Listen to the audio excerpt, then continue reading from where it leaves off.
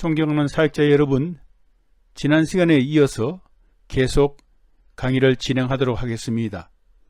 자, 그 다음에 후천년설, 포스트 밀레니얼리즘입니다. 자, 이 주장은 예수님께서 재림하시기 전에 천년왕국이 먼저 이루어진다는 견해입니다. 즉, 천년왕국이 이루어진 후에 주님께서 이 세상에 재림하신다는 견해인데요. 지금의 교회 시대가 더욱 발전해서 주님의 통치가 교회를 통해서 온 세상을 완전히 뒤덮어 완전히 주님의 통치가 이루어지면은, 즉 세상 사람들이 다 예수님께 통치에 굴복하게 되면은 마치 다니엘서 2장에서 기록된 바 하늘에서 내려와 내 신상을 깨뜨린 돌이 온 세상에 가득하게 쌓인 것 같이 되고, 또 물이 바다를 덮은 같이 여호와를 아는 지식이 온 세상 사람들에게 가득하게 되리라는 이사야서 11장 9절 말씀이 성취되면서, 또한 마태복음 13장 31절로 33절에 누룩과 또 기다시 비유해서 보듯이 온 세상의 복음에 의한 하나님의 통치가 편만해지게 되는 시대가 되고, 그때에는 로마서 11장에서 언급한 남은 온 이스라엘도 구원을 얻게 되는 시대가 오게 될 것인데, 그때가 바로 천년왕국이고 그때에 비로소 주님이 재림하신다는 것입니다. 즉 신약 시대의 천년왕국이 그 교회에서 이루어지고 난 뒤에 주님께서 통치하시러 이후에 오신다는 것입니다. 그런데 이게 좀 말이 됩니까? 이 견해는 근래에 와서 릭 조이너, 밥 존스 등 오순절 계통의 영성가들에 의해서 주로 제기된 견해인데요. 이는 주 예수 그리스도의 재림 이전에 놀라운 믿음의 역사로 전 세계적인 부흥과 대추수가 있을 것을 전제로 한 주장이라는 것입니다. 이 후천년을 주장하는 쪽에서는 지금의 세계적인 복음 전파의 결과와 첨단 과학 기술 문명의 발달로 인해서 그것이 이루어질 것이다, 이렇게 이야기한다는 것이죠. 그들은 신약의 교회 시대에 결국 한쪽에서는 복음 전파를 통해서 평화의 시대가 도래하고, 또 다른 한쪽에서는 과학 기술의 발달로 정말 살기 좋은 시대가 도출되어서 천년왕국처럼 될 것이라고 주장하는 것입니다. 그러나 이에 대한 비평으로 그리스도의 재림 전에 평화의 시대가 만들어져서 천년왕국이 이루어질 것이라는 주장은 사실은 설득력이 매우 부족합니다. 왜냐하면 마르틴 로이드 존스도 그에 져서 교회와 종말에 일어날 큰 일에서 밝혔는데요. 성경 누가복음 18장 8절을 통해서 주 예수님께서 친히 인자가 다시 올 때 믿음을 보겠느냐, 주님께서 다시 세상에 오실 때 믿음을 보겠냐라고 교회를 통해서 교회에게 말씀하셨고요. 그래서 이 말씀을 통해서 대부흥과는 사실 상반된 말씀을 주님께서 하셨다는 것이고요. 또 지난 시간에도 여러분에게 제가 말씀드린 것 같이 마태복음 24장 등을 근거로 해서 보면은 종말에는 기근 등 수많은 재난과 전쟁, 여하튼 말할 수 없는 그런 재앙적인 제안들이 일어나고, 특히 주님의 재림 직전에는 대환란과 그리고 천지개벽의 역사가 있을 것을 증거하고 있고, 누가복음 17장 26절로 30절 말씀에서는 종말에는 노아와 롯의 때와 같이 도덕적인 타락이 극에 달할 것이라고 주님께서 말씀하시기 때문입니다. 특히 이 이동원 목사님도 그에 져서 마지막 시대, 마지막 싸움이라는 그의 저서에서 예수 그리스도의 초림 시대에는 전능하신 하나님의 아들이 사역하셨음에도 전 세계적인 부흥은 없었고, 이후에 성령님이 한 신약 시대, 교회 시대조차도 부분적인 부흥, 그것이 로마 가톨릭의 전성 시대였던 신성 로마 제국을 부흥으로 인정한다 손치더라도 부분에 불과했다는 것으로 지적하고 있다는 것이죠. 이런 관점에서 볼 때 무천년설이나 후천년설은 그것에 대한 온전한 증거가 불과하다는 것을 보여주고 있습니다. 그 다음에 우리가 살펴본 것이 바로 이 전천년설인데요. 프레밀레니얼리즘. 자, 천년왕국 이전에, 즉 천년왕국 이전에 주님께서 먼저 세상에 재림하신다는 견해이고, 그리고 주님께서 재림하셔서 천년왕국을 세우시고 친히 통치하신다는 견해입니다. 이는 다시 역사적 전천년설과 세대주의적 전천년설 두 가지로 나뉩니다. 우리가 지난 시간에 잠깐 우리가 살펴봤죠. 전천년설에 대해서 우리 한번 살펴보십시오. Historic Premillennialism.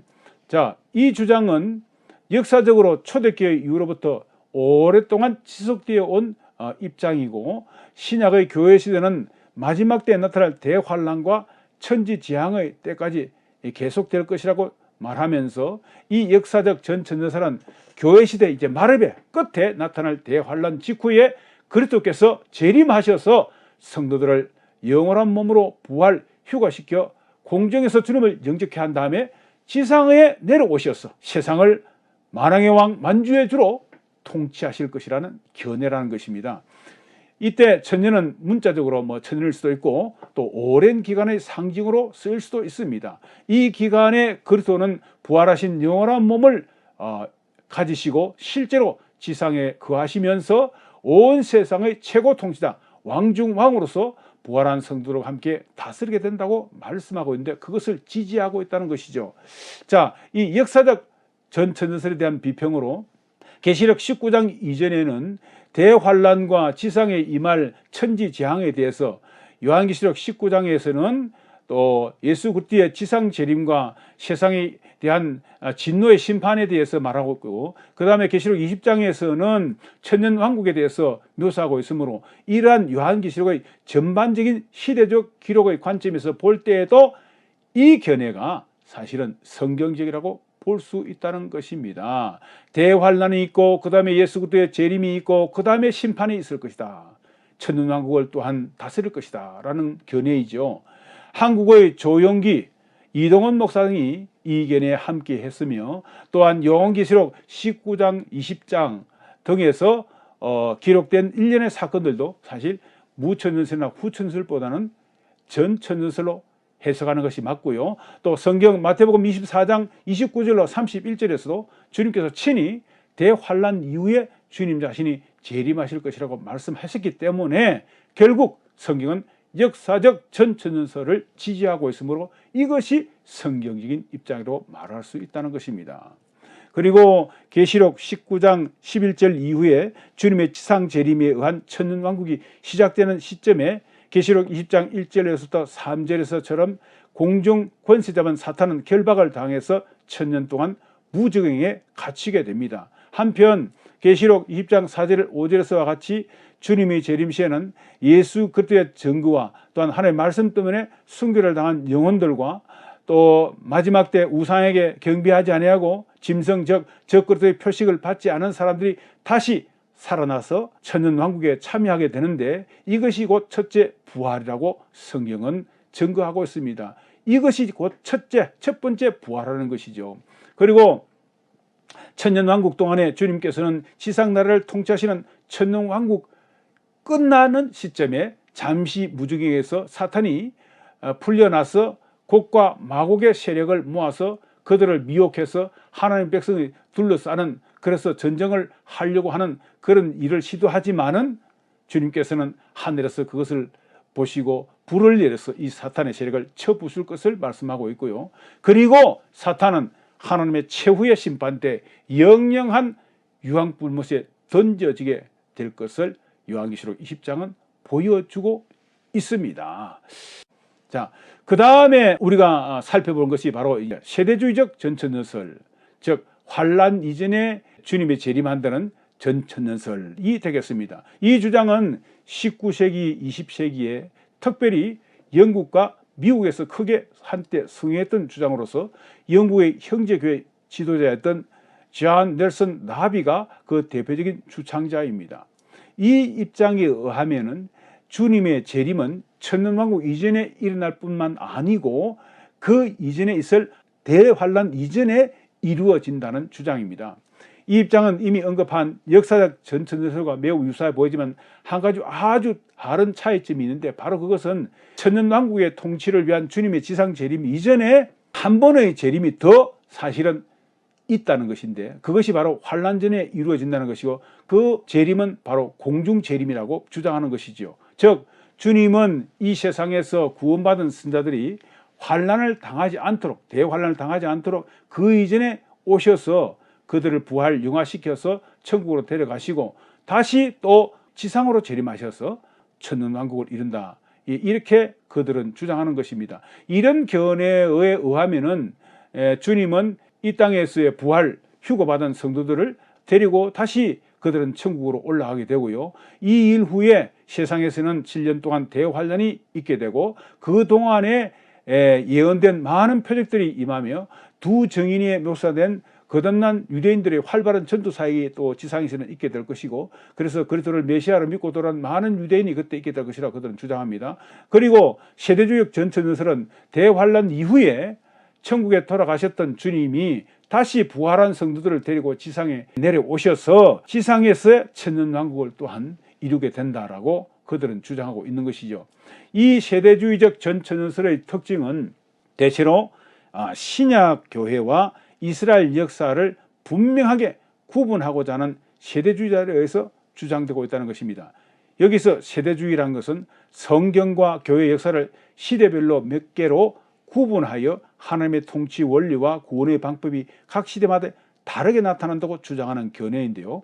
이 세대주의적 전천연설에서 신약교회는 대환란을 통한 유대인들의 대대적인 환란과 회개 이전에 이미 신약의 교회는 휴거될 것이기 때문에 그와 같은 구분을 가능하게 해준다라고 그들은 주장합니다.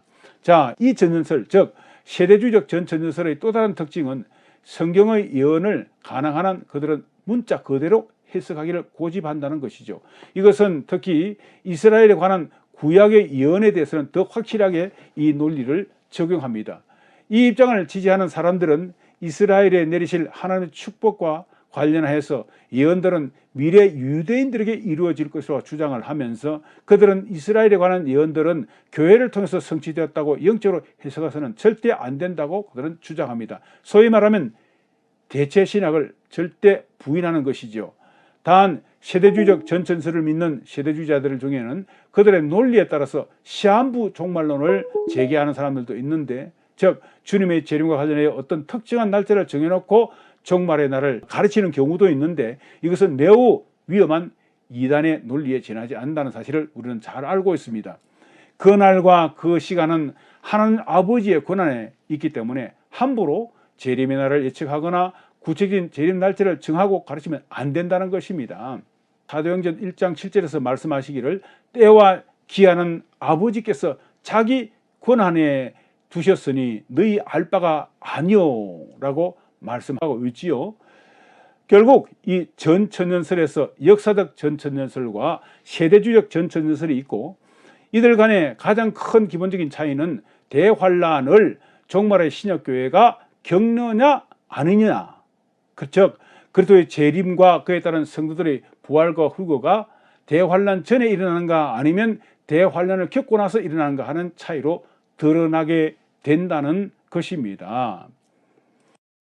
이에 관하여 사도 바울은 그의 데살로니가서 2장 1절로 4절 말씀을 통해서 예수 그리스도의 재림과 그에 따른 성도들의 부활과 휴거, 또 주님 앞에서 그들이 모이는 것에 대해서 언급하면서 이러한 일이 있기 전에 반드시 배도하는, 즉 적그리스도가 나타나는 일이 먼저 일어나고 그 불법의 사람이 일어나서 자기를 신이라고 하면서 그 앞에 경배토록 하며 그에 반대하는 자들은 핍박을 당하는 일이 일어나게 될 것이라고 말씀하고 있다는 것이죠. 데살로니가서 2장 1절로 4절 말씀을 함께 보도록 하겠습니다. 형제들아, 우리가 너희에게 구하는 것은 우리 주 예수 그리스도의 강림하심과 우리가 그 앞에 모임에 관하여 영어로나 또는 말로나 또는 우리에게서 받았다는 편지로나 주의 날이 이렇다고 해서 쉽게 마음이 흔들리거나 두려워하거나 하지 말아야 한다는 것이라. 누가 어떻게 하여도 너희가 미혹되지 말라. 먼저 배교하는 일이 있고 저 불법의 사람 곧 멸망의 아들이 나타나기 전에는 그 날이 이르지 아니하리니 그는 대적하는 자라. 신이라 불리는 모든 것과 또 숭배함을 받는 것에 대항하여 그 위에 자기를 높이고 하나님의 성전에 앉아서 자기를 하나님이라고 내세우느니라. 자, 그런데 이 일은 요한계시록에 의하면 대환란 후기 3년 반의 시기에 있게 될 것을 암시하고 있으므로 예수 그리스도의 재림과 성도들의 부활 휴거는 결국 대환란 이후에 일어날 것임이 분명하다는 것을 보여주고 있다는 것입니다. 예. 또한 마태복음 24장 29절로 31절 말씀에서도 대환란 이후에 주님의 재림과 성도들의 부활이 이루어질 것을 주님께서 직접 말씀하신 것을 우리가 확인할 수 있는데요. 마태복음 24장 29절로 31절 말씀 제가 읽어드리겠습니다. 그날 환란 후에 즉시 해가 어두워지며 달이 빛을 내지 아니하며 별들이 하늘에서 떨어지며 하늘의 권능들이 흔들리리라. 그때에 인자의 증거가 하늘에서 보이겠고 그때에 땅의 모든 족속들이 통곡하며 그들이 인자가 구름을 타고 능력과 큰 영광으로 오는 것을 보리라. 그가 큰 나팔 소리와 또 함께 천사를 보내리니 그들이 그의 택하신 자들을 하늘 이 끝에서 저 끝까지 사방에서 모으리라. 아멘. 이렇게 말씀하고 있습니다. 그럼에도 불구하고 세대주의적 전천연설에서 말하는 대환란 휴거설은 1830년대 이후에 개혁주의 신학의 신봉자들 중에서 근본주의자들에 의해서 주장된 견해로서 데살로니가전서 1장 10절 말씀, 5장 9절 말씀, 그 다음에 계시록 3장 10절 말씀 등을 근거로 주장이 되었습니다. 한때 한국의 조영기, 수달성 목사님들이 이에 동조했던 것으로 알려져 있는데 이들은 대환란 전에 예수님의 재림과 또 성도들의 부활, 휴가 이루어지고 결국에는 대환란을 피하게 된다고 주장했는데 이것은 옳은 해석이 아니라는 것을 앞에서 우리가 살펴봤고 또 여기서 한 번 더 우리가 규명해 보십시다. 먼저 그 근거로 제시된 말씀을 살펴보십시다.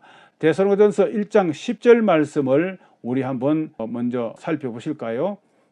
또 죽은 자들 가운데서 다시 살리신 그 아들이 하늘로부터 강림하실 것을 너희가 어떻게 기다렸는지를 말하니 이는 장래 노하심에서 우리를 건지시는 예수시라.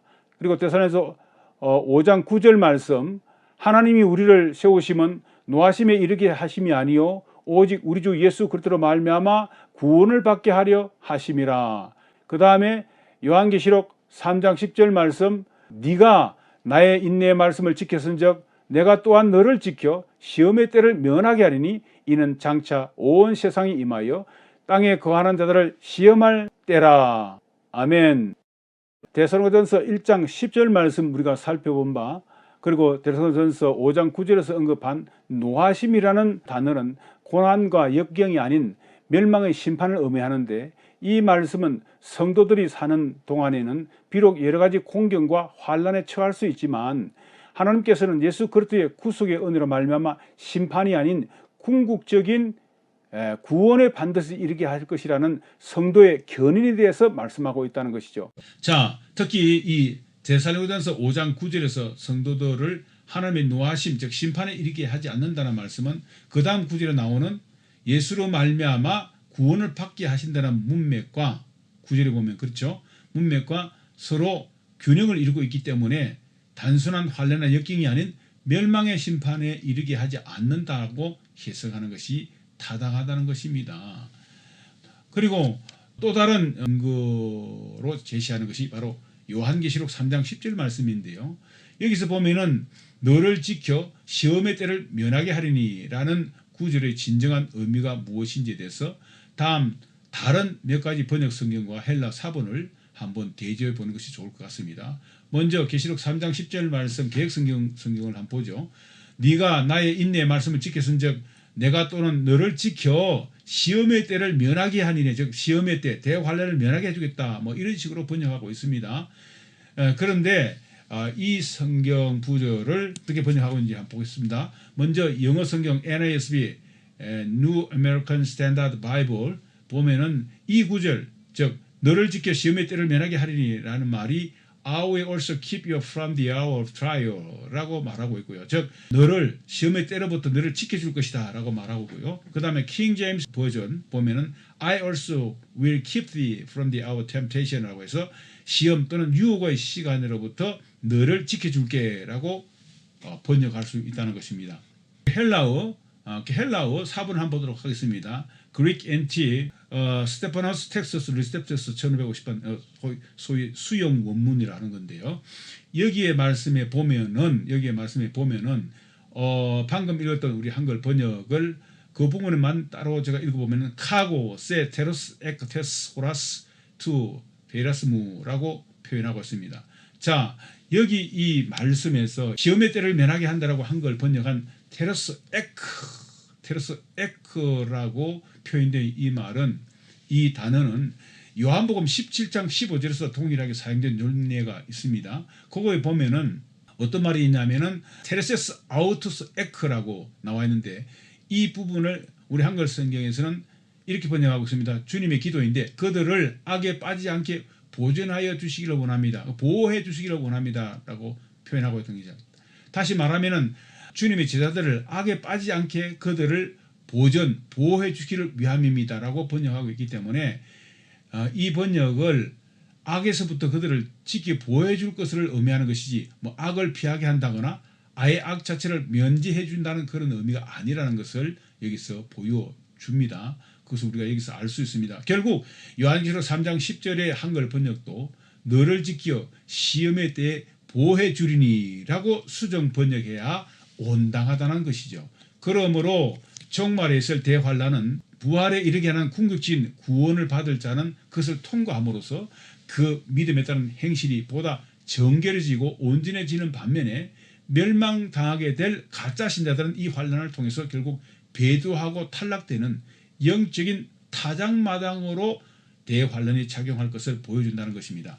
한편 마태복음 24장 29절 31절 말씀같이 종말의 성도들이 대환란을 통과하는 것이 맞다면 데살로니가전서 5장 1절로 5절 말씀에서 대환란의 시기에 어떻게 사람들이 평안하다, 안전하다 그렇게 말할 수 있느냐 하는 것이며, 또 어떻게 그때 주님께서 도둑같이 갑자기 그들에게 재림이 임하여 멸망의 심판을 피할 수 없느냐 하는 의문을 제기할 수 있다는 것입니다. 자, 그에 대해서 우리가 데살로니가전서 5장 1절로 5절 말씀을 다시 한번 보도록 하겠습니다. 형제들아, 때와 시기에 관하여는 너희에게 쓸 것이 없음은 주의 날이 밤에 도둑같이 이를 줄을 너희 자신이 자세히 알미기 때문이라. 그들이 평안하다 안전하다 할 그때에 임신한 여자에게 해산의 고통이 이름과 같이 멸망이 갑자기 그들에게 임하리 결코 피하지만. 여기서 그들은 세상 사람들입니다. 형제들이 아닙니다. 4절 형제들아, 너희는 어둠에 있지 아니하며 그날에 도둑같이 임하지 못하리라. 그러니까 영적으로 어둠이 있지 않기 때문에 그 주님의 재림 심판의 날이 결코 도둑같이 임하지 못한다는 것이죠. 5절 너희는 다 빛의 아들이요 낮의 아들이라. 우리가 다 어두움이나 밤의 어둠에 속하지 아니하나니라고 말씀하고 있습니다. 자, 이 말씀에서 주님께서 지상으로 재림하시는 날은 데살로니가전서 5장 4절 말씀과 같이 주님을 믿는 성도들에게도 관계되지만 3절에 나와 있는 그들, 즉 세상 불신자들과도 관계된다는 것입니다. 따라서 데살로니가전서 5장 3절에서 말하는 평안하다 안전하다 하는 말은 불신자들 입장에서 본 거짓된 평화와 안전이라는 말인 것이고, 문맥상으로 보면 그것은 당시 죄악된 세상에서 사람들이 거짓된 매스컴, 거짓된 선지자, 거짓된 선동가들에 대한 이런 것에 속아서 결국에는 위장된 평화와 안전 속에서 살고 있었음을 뜻한다는 말입니다. 즉 평안하다 안전하다고 한 데살로니가전서 5장 3절 말씀은 마지막 때 세상 사람들이 술 취하고 방탕하고 생활의 염려 이런 것들에 대해서 온통 영적인 것에는 관심이 없이 그냥 육신적인 삶에만 관심을 쏟다 보니 영적 분별력이 상실되어 거짓되고 위장된 평화 안전이라는 허울 속에 속아 살면서 그것이 거짓이라는 사실을 모르고 살았기 때문에 결국 예상치 못한 주 예수 때 재림과 하나님의 심판을 피할 수가 없다는 것을 말씀하고 있는 것입니다. 누가복음 21장 31절로 34절로 35절 말씀에서 주님께서 이러한 사실들을 미리 염두에 두고 경고하신 말씀과도 서로 상관됨을 보게 됩니다. 너희는 스스로 조심하라. 그렇지 않으면 방탕함과 술 취함과 생활의 염려로 마음이 둔하여지고 뜻밖의 그 날이 덫같이 너희에게 임하리라. 이 날은 온 지구상에 임하는 모든 사람에게 임하리라. 온 지구상에 관한 모든 사람에게 임하리라. 아멘. 그러나 주의 날 곧 주님의 재림하시는 날은 데살로니가후서 2장 3절로 4절 말씀을 가지고 재림 전에 먼저 적그리스도가 일어나서 배도한 일이 있을 것이라는 사전 징후를 먼저 보여주기 때문에 성도들에게는 주님의 재림이 알지 못하게 은밀하게 임하지는 않는다는 것입니다. 따라서 데살로니가전서 5장 4절로 5절 말씀과 같이 그날이 성도들에게는 밤에 도둑같이 임하지 않는다는 것이고, 참된 그리스도인들은 영적으로 어두운 밤에 속하여 영적 무지와 죄악 가운데 살 수 없기 때문이죠. 그들은 늘 영적으로 깨어있기 때문에 결코 도둑같이 그날이 오지 못한다는 것입니다. 성도는 진리의 지식인 참된 빛 가운데 살게 되면서 또 주님의 재림의 때를 여러 가지 징후로 잘 분별하여서 깨달을 수 있기 때문에 그날들이 도둑같이 호련히 임할 수가 없게 됩니다. 물론 믿는 자라고 다 그렇게 되는 것은 아니겠죠. 믿는 자 중에서도 육신적인 삶을 살면서 오직 자기의 이상과 꿈만 쫓아가다가 그날을 알지 못하고 살아갈 수도 있다는 것입니다. 그때가 되면 구원받지 못한 진실로 구원받지 못한 세상 불신자들과는 달리 진실로 구원받은 성도들은 적그리스도의 출현과 대환란의 징후 등을 통해서 주님의 재림이 가까이 왔음을 알 수 있게 된다는 것입니다. 그럼에도 불구하고 말세를 살아가는 성도들은 자신의 영적 안전을 위해서 늘 기도와 말씀, 성령의 인도하심에 민감하게 순종하는 삶을 통해서 그리스도를 닮아가는 삶을 살아야 될 것을 주님께서 이 말씀을 통해서 언연히 당부하고 있다라고 볼 수 있습니다. 이제 천년 왕국과의 관계하여 마지막으로 살펴볼 것은 주님의 재림 이후에 주님께서 천국으로 가시 않고 지상에서의 천년 왕국으로 이어지는 것이 만약 맞다면 요한복음 14장 2절로 3절 말씀에서 주님께서 제자들에 이르시기를 그들을 위하여 처소를 준비하기 위하여 하늘로 올라가서 준비가 되면은 그들에게 다시 와서 그들을 데리고 그곳에 가서 함께 있게 하겠다라는 약속의 말씀을 하고 있는데, 그러면은 주님이 재림해서 천년왕국 이룬 것하고 주님이 다시 와서 그들을 하늘에 만든 처소로 데려가겠다는 말씀 서로 어긋나는 게 아니냐, 서로 충돌을 일으키는 것이 아니냐, 이거 어떻게 설명할 수 있느냐라고 의문을 제기할 수 있습니다. 이것을 해결하기 위해서는 요한복음 14장 2절로 3절 말씀을 함께 볼까요? 내 아버지 집에 거할 곳이 많도다. 그렇지 않으면 너희에게 일렀으리라. 내가 너희를 위하여 거처를 예비하러 가노니 가서 너희를 위해서 거처 장소를 예비하면 내가 다시 와서 너희를 내게로 영접하여 받아들여 나 있는 곳에 너희도 있게 하리라. 아멘.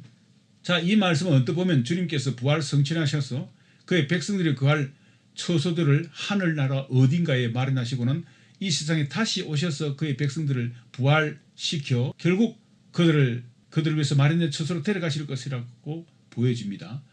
만약 그렇다면 이 말씀은 요한계시록 19장 20장에서 기록된 대로 주님의 지상 재림의 천년왕국에 이루어질 계시록 21장에 이르된 새하늘과 새 땅 새 예루살렘의 천국에서 그런 말씀과 이렇게 유화가 될 듯 보이는데, 그러면 그 중간에 있는 지상에서의 천년왕국은 도대체 어떻게 되는 겁니까? 라고 이렇게 의문을 제기할 수 있습니다. 자, 이 문제가 온전히 우리가 이해되어야만 그야 예수 그리스도의 재림과 관계된 모든 성경 해석이 일관되게 다 하나로 통일되게 해석이 될 수 있겠죠. 그런데 여기 요한복음 14장 2절로 3절 말씀을 좀 더 자세히 들여다보면은 성부 하나님이 계신 하늘의 천국에는 거할 곳, 즉 거할 곳이라고 되어 있는데, 이 거할 곳을 헬라어 원문 그 사본에 보면은 맨션, 우리말로는 맨션이라고 이렇게 표현되어 있어요. 근데 맨션이 이미 많이 있는데 주님께서 또 그 백성들을 위해서 거할 처소를 따로 만들어 간다? 자, 언뜻 이해가 잘 되지 않습니다. 그러면 주님께서 하신 진정한 의미는 무엇일까 하는 것이죠. 영원한 몸을 가지고 부활할 주님의 백성들이 거할 장소로 성부 하나님과 그의 천사들과 같이 영적인 존재들이 계신 천국이 아닌 그와는 뭐가 좀 다른, 즉 부활한 몸을 가지고 살 곳, 다른 어떤 세상 또는 장소를 준비하러 가신다라고 우리가 이해할 수 있을 것입니다. 주님께서도 신령하고도 영원한 몸으로 부활한 몸을 가지고 계시기 때문에 영원한 몸을 가지고 부활한 그의 백성들과 함께 거하실 그의 장소는 주님께서 부활하신 몸으로 40일 동안 계셨던 이 지상에서도 있겠지만은 또 이 세상은 이미 죄악으로 물들어서 로마서 8장에서 기록되었듯이 다른 피조물들도 탄식함으로 하나님의 아들들이 나타나서 정말 죄악이 없는 곳, 모든 것이 샬롬인 것을 기도하고 있기 때문에 주님께서는 성취하셔서 이 세상과는 다른 어떤 새롭고 특별한 것을 마련하려 가셨다고 봐야 옳다는 것이죠. 그렇다면 그 특별한 장소는 어딜까 하는 것입니다. 그 힌트가 바로 요한계시록 1절에서부터 2절 말씀에 발견된다는 것입니다. 또 내가 새 하늘과 새 땅을 보니 처음 하늘과 처음 땅이 없어졌고 바다도 다시 있지 않더라. 또 내가 보니 거룩한 성 새 예루살렘이 하나님께로부터 하늘에서 내려오니 그 준비한 것이 신부가 남편을 위하여 단정한 것 같더라. 아멘. 바로 그 장소는 새 하늘과 새 땅 새 예루살렘 성을 예벌해 가신 것으로 우리가 봐야 한다는 것입니다. 그리고 이 지상에서의 천년왕국은, 그렇다면 이 지상의 천년왕국은 주님께서 왜 천년을 거쳐서 그러면 새하늘과 새 땅 새 예루살렘으로 갈 것인데, 그러면은 주님께서 새하늘과 새 땅 새 예루살렘으로 가기 전에 이것을 먼저 거쳐서 가게 될 것이다. 주님께서 그렇게 말씀하셔야만 혼동이 없을 것 같은데 주님은 1절 그 말씀에 대해서는 성경에 기록되어 있지는 않습니다. 하지만 지상에서의 천년왕국을 거쳐야 하는 당연한 이유가 있다면은 주님께서 이미 그를 위해서 충성한 자들에게는 함께 세상을 다스릴 창급을 주시겠다고 이미 약속하신 바가 있고, 또한 이스라엘 민족에게는 고대로부터 약속하신 것, 즉 이 지상에서 나라 중에 이스라엘이 정말 하나님 택한 민족으로서 최고의 나라이며 또 그곳 예루살렘 성이 세상의 중심이 될 것이라는 그 말씀을 성취하기 위해서 반드시 이 천년왕국이라는 것은 존재해야 된다는 것을 또 우리가 이해할 수 있습니다. 그 외에도 이 성경에는 이 천년왕국에 대한 더 많은 정보를 사실을 제공해 주는데 그 부분을 우리가 좀 잠시 살펴보도록 하겠습니다. 중국 교회의 지도자였던 워치먼리는 그가 쓴 요한계시록 강의에서 첫째 부활에 참여한 자로서 천년왕국에서 주님과 함께 왕노릇 하던 사람들이 여전히 요한계시록 21장의 새 예루살렘 성에도 들어가게 되게 살게 되겠지만은, 또한 그와 더불어 그리스도께서 지상 재림하실 때 그것을 보고 회개하고 주님께 돌아온 사람들, 그 중에는 이스라엘 백성들이 더 많을 것인데 여전히 그들은 이 세상의 육신 몸을 가지고 있기 때문에 지상에서의 천년왕국에서 그 몸으로 그의 백성으로 살다가 새하늘과 새 땅 새 예루살렘에도 그 몸을 가지고 들어간다고 주장한 바가 있습니다. 그런데 이건 오류지요. 왜냐하면은 썩어질 육신을 가지고서 그 새 예루살렘에 들어간다는 정말 난세 중에 난세게 됩니다. 왜 그러냐면은 예수 그리스도의 재림 시에 그 광경을 보고 회개하고 돌아온 주님을 믿는 남은 이스라엘 백성들, 또 이방인들도 혹시 있을 수 있습니다. 주님과 함께 첫째 부활에 참여한 그 성도들과 함께 천년 동안 지속될 이 땅에서의 메시아 왕국에서 살 때 이들도 주님 재림할 때 회개하고 예수 믿은 사람들이 그 전쟁 통해서 살아남아서 이 천년왕국에 같이 참여하게 된다는 거죠. 그들은 썩어질 육체, 이 흙으로 만든 육체를 입고 있습니다. 그러면서 주님의 통치를 받으면서 정말 샬롬이 충만한 상태에서 살게 됩니다. 하지만 이후에 새하늘과 새 땅, 새 예루살렘으로 들어갈 때는 그 썩을 몸을 가지고 들어갈 수는 없는 것이죠. 그들은 주님의 재림 때 회개하고 구원받은 사람들은 먼저 백보다, 즉 흰보다 심판 때에 그들의 이름이 생명책에 기록되어 있을 것이기 때문에 그들은 영생의 부활을 받아서 다른 부활한 성도들과 함께 다 새 예루살렘, 새 하늘과 새 땅, 새 예루살렘에 들어갈 것임에 틀림없다는 것이죠.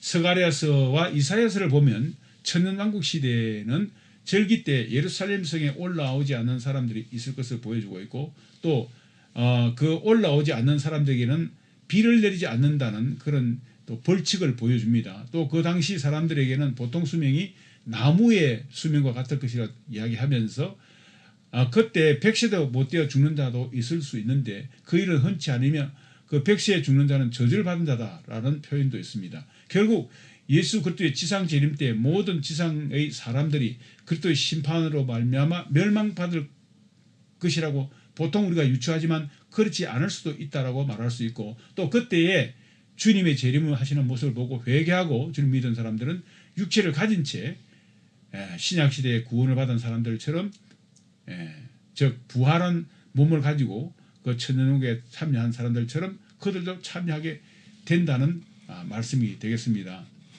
자, 그렇다면은 그 1장 7절 말씀은 어떻게 된 것인가 하는 것입니다. 자, 환난을 받는 너에게는 우리와 함께 안식으로 갚으시는 것이 하나님의 공의니 주 예수께서 자기의 능력의 천사들과 함께 하늘로부터 불꽃 가운데로 나타나실 때 하늘을 모르는 자들과 우리 주 예수 그리스도의 복음을 복종하지 않는 자들에게 형벌을 받으시니 이런 자들은 주의 얼굴과 그 힘의 영광을 떠나 영원한 멸망의 형벌을 받으리로다. 아멘. 예수 그리스도의 재림 때 그것을 보고 회개하고 그분을 믿는 사람도 있을 수 있기 때문에 하나님께로 돌아온 자들은 로마서 11장에 의하면 거기에는 당시 택함받은 수많은 이스라엘 남은 이스라엘 사람들이 포함될 것임이 분명하고요. 그럼에도 불구하고 분명 하늘 모르고 복음에 복종치 않은, 그래서 멸망당한 사람들은 여기에 참여하지 못하는 것을 이해할 수 있죠.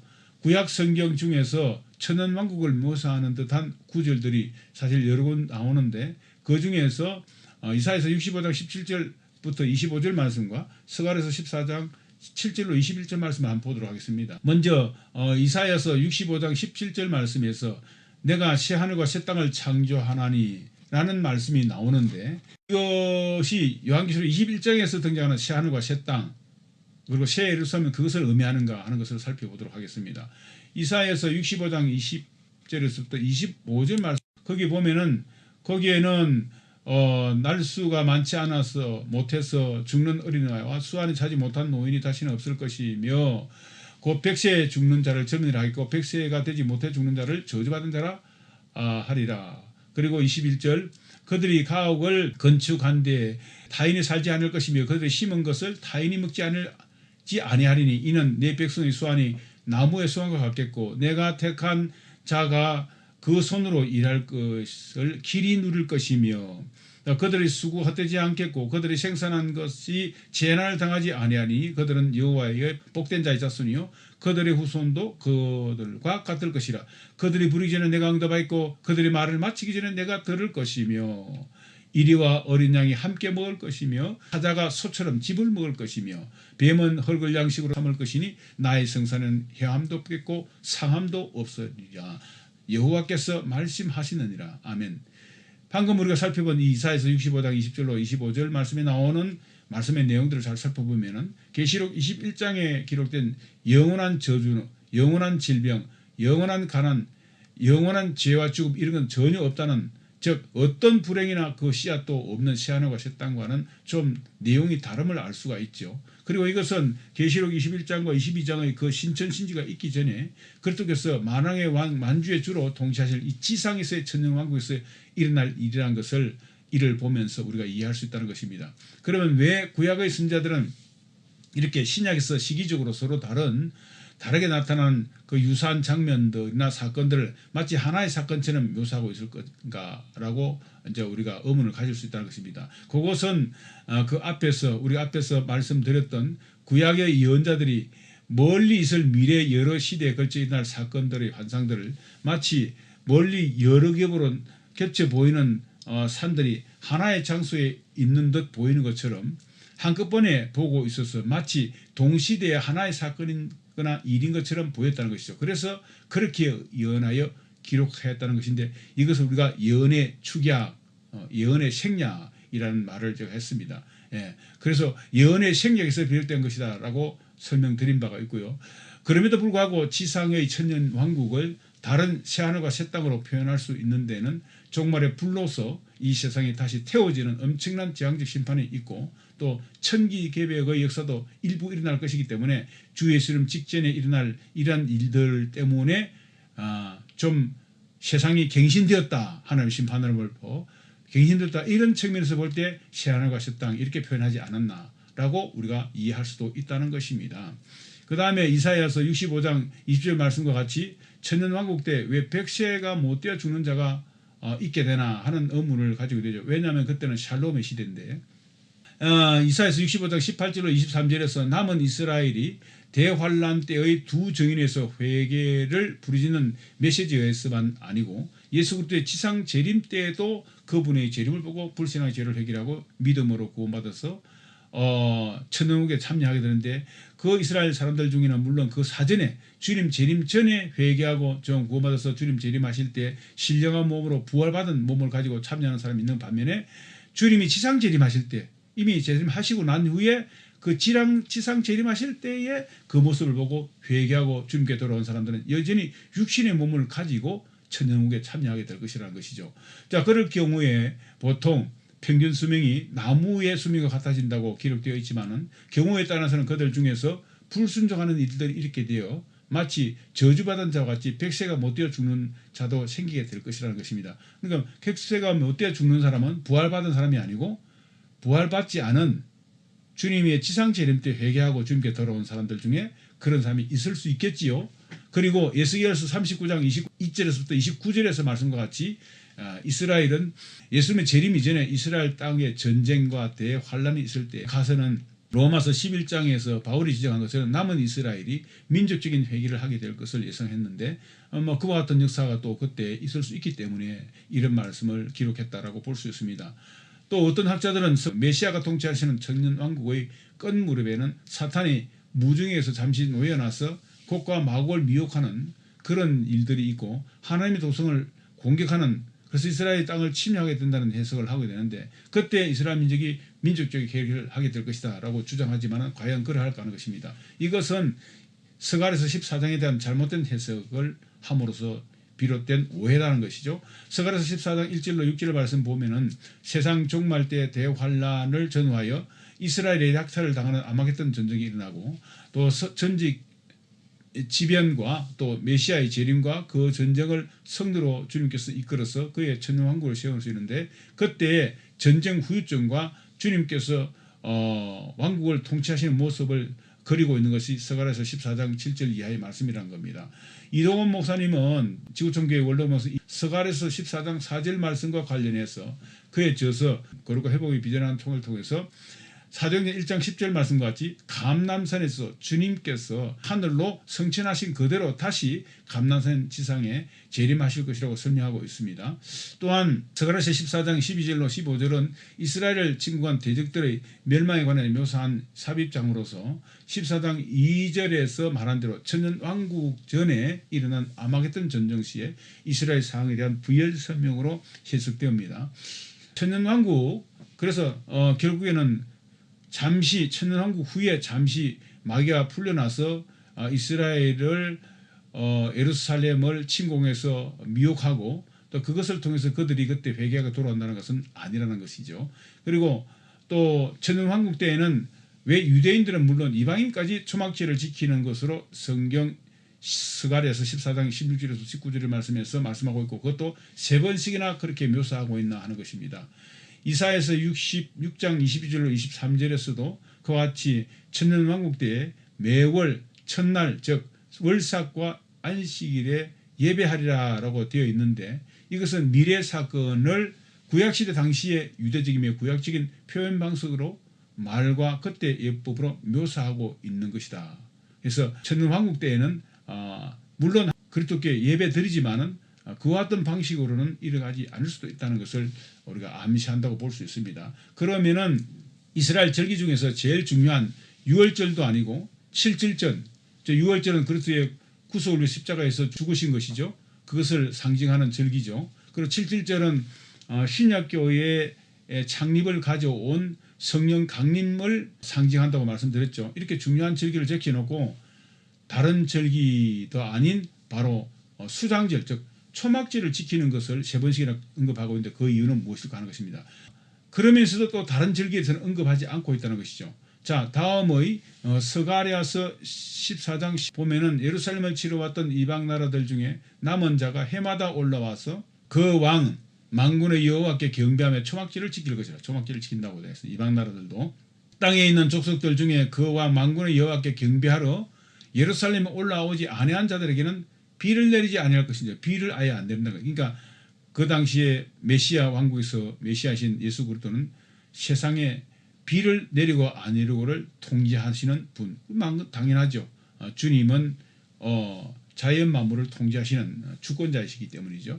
또 18절에 보면 만일 애굽 족속이 올라오지 않을 때는 비 내림이 있지 아니하리니 여호와께서 초막절을 지키러 올라오지 않는 이방 나라들의 사람들을 치시는 재앙이 그에게 동일하게 내리실 것이라. 애굽 사람이나 이방 나라 사람이나 초막절을 지키지 올라오지 않은 자가 받을 벌이 그러하니라. 누구는 비를 내리지 않는 벌, 이렇게 말씀하고 있습니다. 이것은 구약의 유월절은 예수 그리스도의 구속적인 죽으심과 부활하심을 통해서 이미 성취되었고, 그래서 성찬식으로 이미 지금 신약교회에서는 하고 있죠. 그리고 7.7절도 신약교회가 탄생시킨 성령 강림으로 이미 성취되었기 때문에 그것도 다시 절기를 지킬 필요가 없게 된 거죠. 다만 하나님의 모든 구속 역사의 궁극적인 완성인 바로 새하늘과 새 땅, 새 예루살렘을 통한 하나님 나라의 완성이 요한계시록 21장에서 비로소 나타나고 그때 있을 것임을 보여주고 있기 때문에 그 전에 있게 될 지상에서의 주님의 천년 왕국 때는 아직 그것이 성취되지 않았기 때문에 그것을 성취하도록 바라보는 입장에서 바로 이 초막절 절기를 지켜야 될 것이다 하는 것을 보여주고 있는 겁니다. 그래서 천년왕국 시기에는 아직 최종 성취되지 않은 이 초막절 절기는 천년왕국 시대 때에도 여전히 소망 가운데 지켜져야 하는 것으로 묘사하고 있다는 것입니다. 그것도 3번씩이나 언급된 것은 반드시 이 절기는 시행될 것임을 보여준다는 것이죠. 그리고 이 초막절은 신약시대에 들어와서 비유대인들 교회에서는 추수감사절로 대체해서 지금 자유롭게 지켜지고 있는데 하나님의 구원 역사의 완전한 성취를 기념하는 절기로서 계속되어야 할 것을 묘사하고 있다는 것입니다. 그럼에도 불구하고 신약교회에서는 이러한 절기들의 기는 의미도 사도 바울이 이미 언급한 바 예수 그리스도를 믿음으로 거듭난 신약의 성도들에게 더 이상 절기를 지키는 것이 구원의 조건도 아니고 또 율법 준수의 의무도 있는 것도 아니며 다만 주님의 영광을 위해서 로마서 14장 6절 말씀처럼 주님의 영광을 위해서 또 모든 사람들의 영적 유익을 위해서 필요하다면 믿음의 분량대로 지키든지 아니 지키든지 하라. 그것은 구원과는 상관없는 것이다 라고 바울이 언급하고 있는 것을 보게 됩니다. 또한 스가랴서 14장 20절 21절 말씀을 보면은 제사장이 목에 걸었던 여호와께 성기라는 팻말을 이제 주님의 천년왕국 때는 말들이 목에 거는 파문에도 여호와께 성결이라는 말을 쓰게 된다는 거죠. 이것은 어떤 의미냐? WBC 주석에서 랄프 스미스는 천년왕국 때는 모든 것이 사실은 거룩해져서 지금같이 성속의 구분이 있는 그런 시대가 아니기 때문에 즉 성속의 구분이 완전히 사라지는 시대가 될 것이기 때문에 발에 거는 방울에도 여호와께 성결 또 성전 안에서도 여호와 성결 다 모든 것이 다 하나님 앞에 거룩한 곳이 될 것이기 때문에 그렇게 표현한다라고 말하는 것입니다. 이러한 모든 조항들을 살펴볼 때 우리가 천년왕국 관련해 내릴 수 있는 결론은 뭐냐? 바로 마지막 때 성도들은 대환란을 겪게 되고 그것을 통해서 믿음의 시험을 받게 되며 이후에 그리스도께서 하늘부터 공중 재림하셔서 진실로 구원받은 성들은 영원한 몸으로 부활되고 휴거되어 주님을 영접토록 하실 것이라는 것. 두 번째는 주님과의 영적인 혼인잔치를 하고 난 뒤에 천군 천사를 동원하신 주님께서 다시 지상으로 성도들과 함께 강림하시고 그때 주님은 세상의 악한 왕들과 모든 죄인들을 철장으로 심판하신 후에 천년 왕국을 성도들과 함께 하게 될 것이라는 것, 즉 역사적 전천년설을 지지한다는 말씀이고요.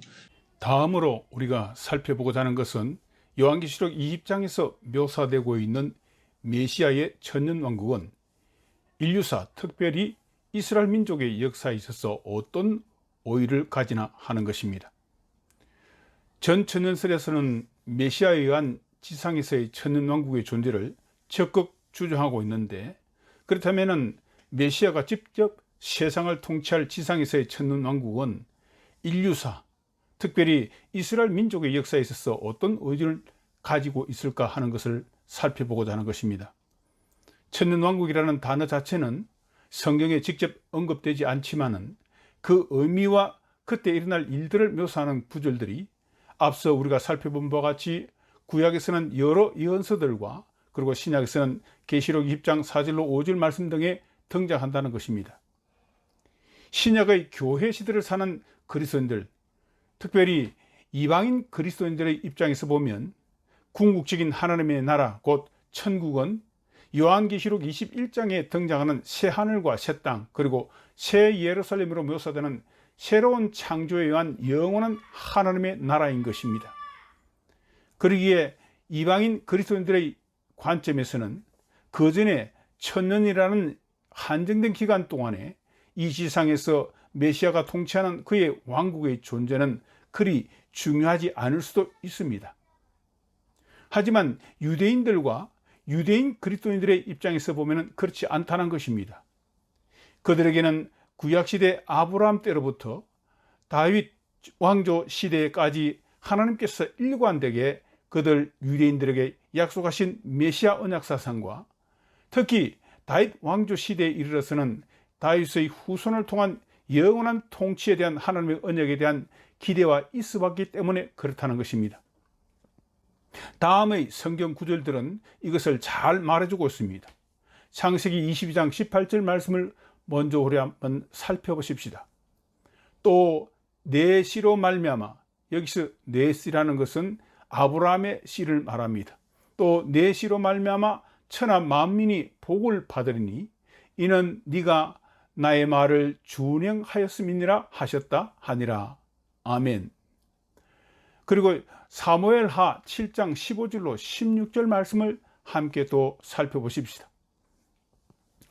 내가 내 앞서 패한 사울에게서, 여기서 내는 여호와 하나님을 말하고 너는 다윗을 말합니다. 즉 나 여호와가 네 다윗 앞서 패한 사울에게서 내 은총을 빼앗은 것 같이 여기서 그는 솔로몬을 이야기합니다. 다윗의 아들. 그에게서는 빼앗지 아니하리라. 내 집과 내 나라가 내 앞에서 영원히 보존되고 네 위가 영원히 견고하리라 하셨다 하라. 아멘. 이와 같습니다. 또한 이 천년왕국이 인류사에 있어서 가지는 의의에 대해서 말할 것 같으면 하나님께서 세상을 창조하신 이후 첫 조상인 아담의 불순종으로 인해 세상에 죄가 들어옴으로 인해서 온 인류가 타락하여 하나님의 진노 아래에 놓여 있었을 때에 하나님의 아들이셨지만 이 세상의 둘째 아담으로 오신 예수 그리스도께서 십자가 대속이라는 과업을 위한 하나님의 명령을 완벽하게 순종하심으로써 세상 사람들을 구속하심으로 타락한 창조 세상을 다시 원상태로 복구하시려는 하나님의 구속의 경륜, 즉 창조, 타락, 구속, 회복이라는 역사를 성취하시는 마지막 단계의 과업으로서 이 메시아 왕국은 그 중요한 의미를 가지고 있다는 것입니다. 자, 이런 것을 통해서 우리가 천연왕국설에 대한 확실한 입지를 견지해야 된다는 것 같이 나누겠습니다.